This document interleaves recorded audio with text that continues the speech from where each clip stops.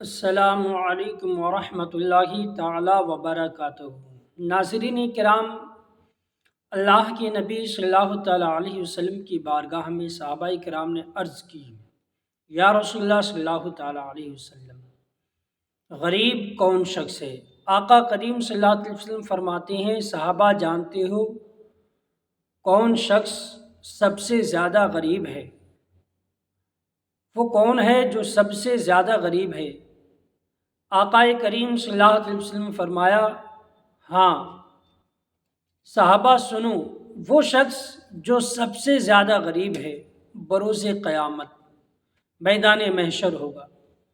ایک شخص اتنی نیکیاں لے کر کے حاضر ہوگا کہ اس کی نیکیاں احد پہاڑ کے جتنی ہوگی، احد پہاڑ کے جتنی نیکیاں لے کر کے وہ بروز قیامت میدان محشر میں حاضر ہوگا۔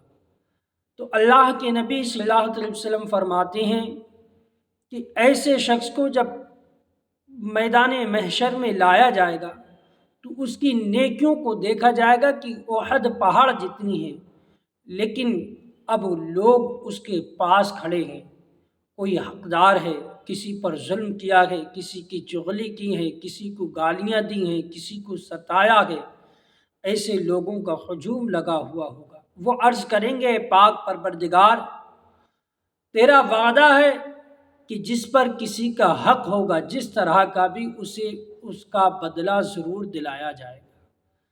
تو اس وقت ہمارے پاس میں مال و زر نہ ہوگا، ہمارے پاس میں دولت ہیرے جواہرات نہ ہوں گے، اگر کوئی چیز ہوگی تو صرف نیکیاں، ہمارے اعمال ہمارے ساتھ ہوں گے۔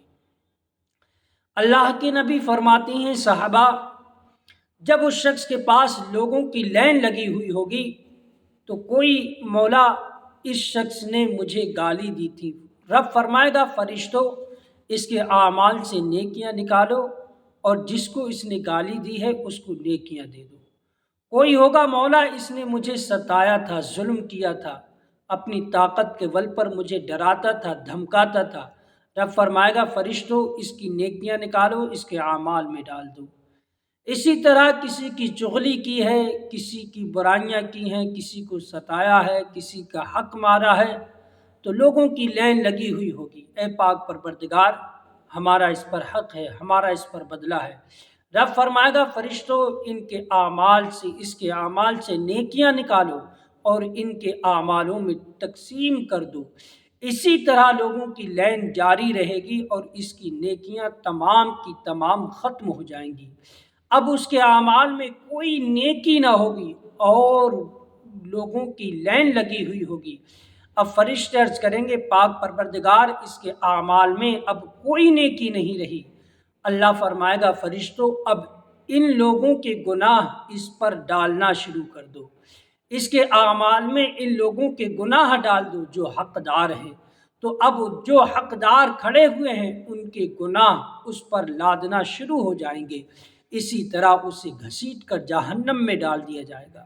تو پیارے، جس طرح ہم اور آپ دنیا میں اپنی عمارت کی، اپنے کھانے پینے کی، اپنے پہننے اوڑھنے کی فکر کرتے ہیں، یوں ہی ہم اور آپ آخرت کی فکر کریں، کیونکہ پیارے ہم اور آپ کو دنیا میں ہمیشہ نہیں رہنا ہے، ایک نہ ایک دن دنیا سے چلے جائیں گے۔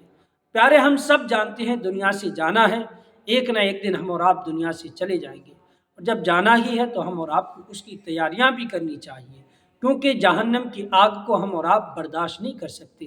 جہنم کی آگ کو ہمارے یہ نازک سے جسم کیسے برداشت کریں گے؟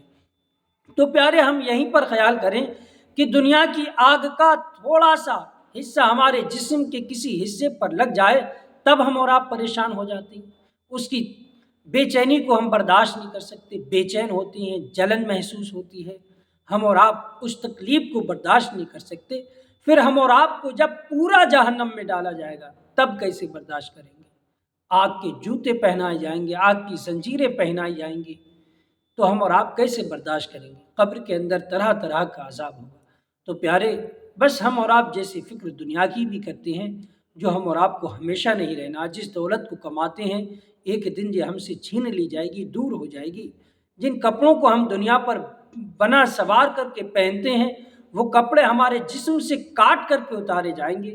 ہم اور آپ کس گھمنڈ میں، کس تکبر میں رہتے ہیں جو ہمیشہ ختم ہونے والی ہے، جو واقعی ہمیشہ رہنے والی زندگی ہے، ہم اور آپ اس کی فکر نہیں کرتے۔ تو پیارے، ضرور فکر کریں، ہم اور آپ کو اللہ کے حضور، اللہ کے سامنے پیش ہونا ہے، اور ہم اور آپ کیا جواب دیں گے اپنے رب کے سامنے پیش ہو کر۔ تو پیارے، ہم اور آپ آخرت کی فکر کریں، اپنے رب کا خوف اپنے سینوں کے اندر بسائیں۔